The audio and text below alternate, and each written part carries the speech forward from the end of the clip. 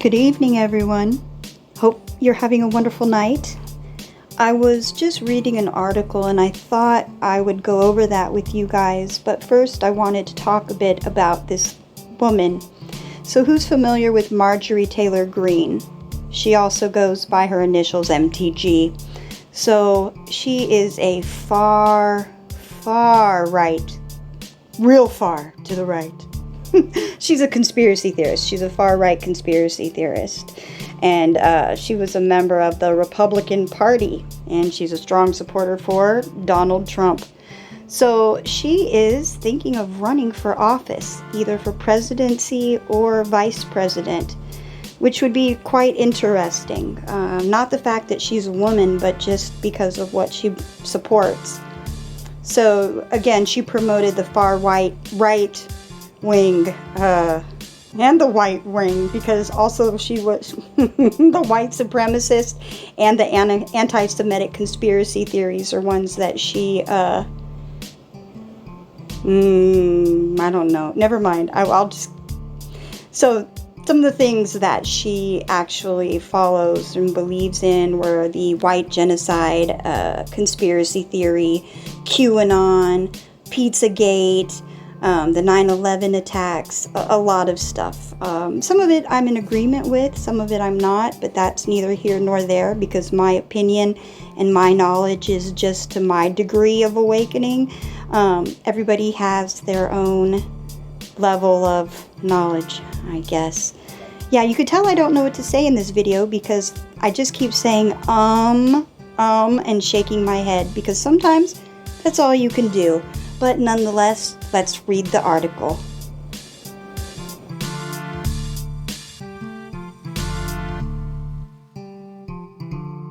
Controversial Republican Marjorie Taylor Greene might still be serving her first 2 years terms in the U.S. House of Representatives, but she's already thinking about running on a national ticket at some point. Those are things I'm definitely interested in, as long as I think they're achievable and I can be effective in these roles. Greene, 48, told Fox Digital News in an interview at the Conservative Political Action Conference in Dallas last week, "Yes, those things are being talked about, but we'll see what happens down the road."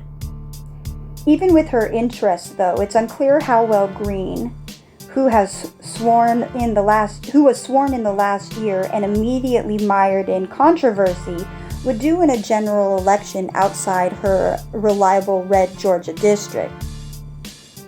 In May, the 48-year-old won the Republican primary in Georgia's 14th district, putting her on the path of being re-elected to the House.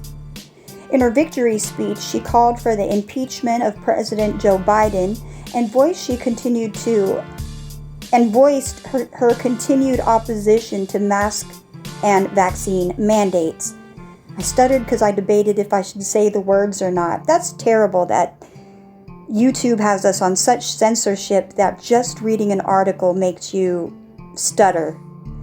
Anyway, back to her opposition to mask and vaccine mandates. She also mourned the cruel and illegal treatment of many non-violent January 6th protesters, a theme that's become common at many of her public events, with Greene often voicing support of those who stormed the U.S. Capitol on January 6, 2021. Greene has made courting controversy part of her political brand since being elected in 2020. Greene has in the past perpetuated baseless conspiracy theories on social media, including supportive statements about the far-right QAnon movement. In 2021, she said, "I was allowed to believe things that weren't true, and that is absolutely what I regret," unquote. In April, she called 3 U.S. senators pro-pedophile for their support of Biden's historic Supreme Court nominee, Judge, I'm not sure how you say the first name, Ketanji Brown Jackson.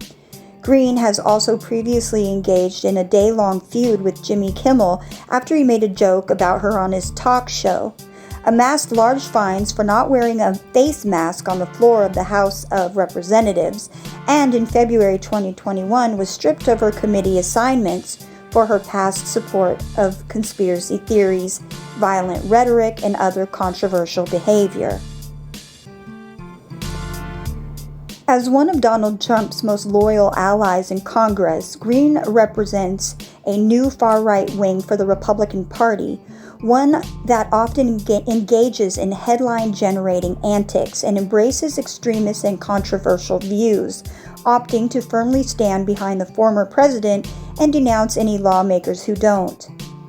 Elsewhere in her interview with Fox News Digital, Greene said, "I'd love to see the Republican Party be the party that truly represents the American people. And I think the inner circle inside the GOP is struggling to find that identity, but I hope to play a big role in helping them realize what their voters really want." In reality, Greene's political platform is not representative of the American people, as it's openly rooted in Christian nationalism, a movement that aims to blend church and state affairs and craft laws from the Christian perspective. A 2021 survey by the Pew Research Center found that fewer than 20% of Americans would like to see the federal government stop enforcing a separation of state and church, and only 13% believed the government should advocate for Christian values. Trump, meanwhile, has long been rumored to be preparing another run for the presidency in 2024, though he hasn't made a public official statement, nor offered a window into who might potentially run alongside him. Though the two ran together in 2016, he and former Vice President Mike Pence are no longer on good terms, with the relationship souring after Pence refused to overturn the results of the election won by Biden in 2020. And in a January interview with Fox News, Pence said he hadn't spoken to Trump since last summer, but the two had parted amicably. Isn't that how they always end articles? We parted amicably. Bullshit. They were probably duking it out in the background. But whatever. What do you guys think of this? What do you guys think of this article? Have a good one. Oh yeah, and welcome to the apocalypse. Peace.